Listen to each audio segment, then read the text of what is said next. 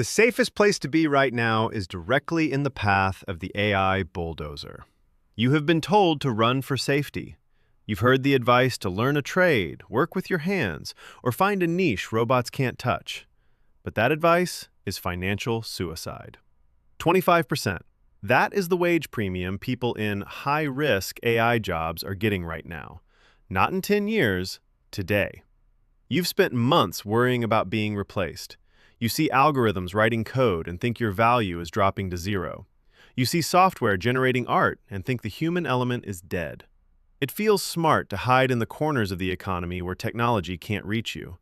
But hiding is costing you a fortune. And here's the counterintuitive truth most people never hear. The thing that destroys jobs is also the only thing that raises wages exponentially. It's called the exposure premium.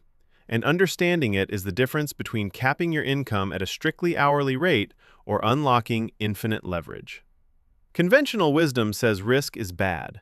The data proves the opposite. In the age of AI, safety is the trap. Most people treat AI exposure like radiation. They think if they get too close, it will kill their career. So they pivot to roles that feel human-safe. They focus on manual tasks, hyper-local services, or relationship management. And sure, those jobs aren't going away tomorrow, but neither is the ceiling on their pay. Because there is a brutal economic law at work here that nobody mentions at career fairs. You are paid for your leverage, not your labor. Think about a ditch digger. Hard, honest work, and nearly impossible to automate because robots are terrible at navigating mud and uneven terrain. But here's the brutal math. A ditch digger creates value linearly. 1 hour of sweat equals 1 hour of ditch. No more, no less. There's a physical ceiling on what you can produce with a shovel, and that ceiling never moves. Now look at the risky jobs. The coders, the writers, the analysts. These are the people supposedly on the chopping block. But the PwC 2024 Global AI Jobs Barometer found something that shocked everyone. Sectors with the highest AI exposure aren't collapsing. They're seeing productivity grow 4 times faster than non-exposed sectors. And wages? They're following that growth straight up. This brings us to the pilot principle. Think about a commercial airline pilot. 90% of their job is done by a computer. The autopilot flies the plane, lands the plane, navigates the weather. Technically, the pilot is replaced for most of the flight.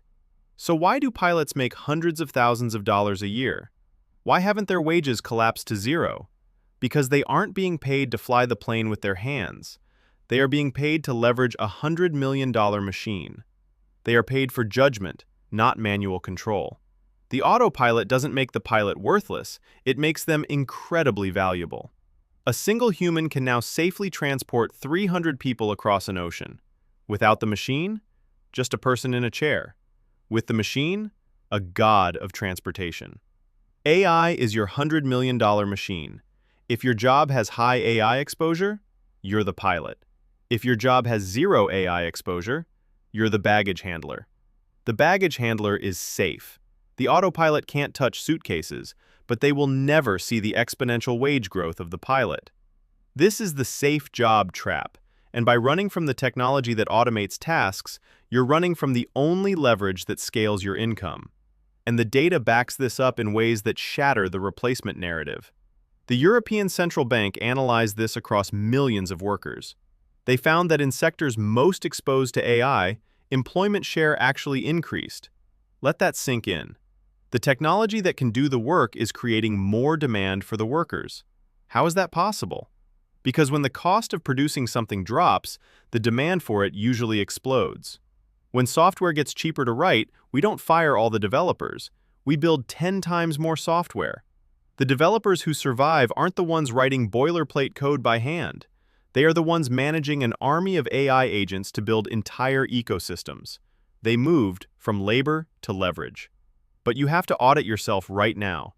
Look at your to-do list for this week. Circle every task that an AI could theoretically do or help with. If you have no circles, you should be terrified. It means you're in a zero-leverage trap. Your output is strictly tied to your time. To double your income?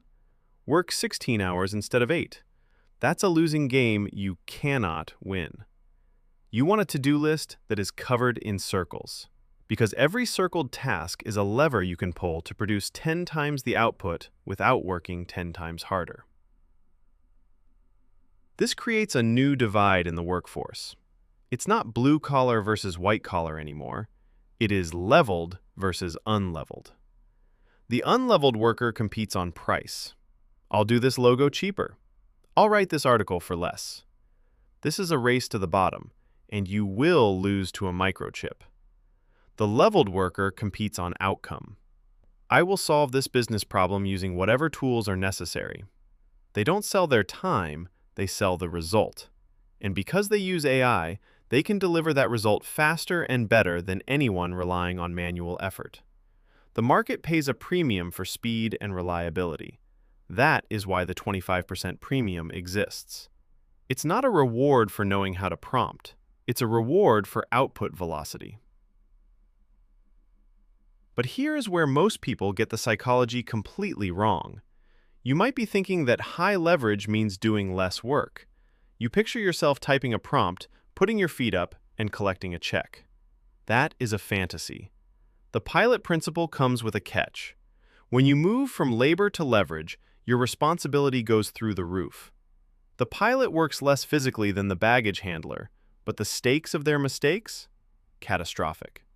High-exposure jobs pay more because you're managing more risk, more complexity, more consequence. You're no longer turning the wrench. You're deciding which valve to open to keep the factory from exploding.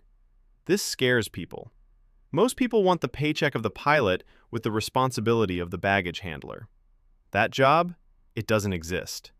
The AI revolution is clearing out the middle ground, ruthlessly. You either step up to architecting solutions and managing complex systems, or you step down to manual tasks that pay a survival wage. The comfortable middle manager who pushes paper and attends meetings? Gone. Automated. Optimized away. So how do you actually make this pivot?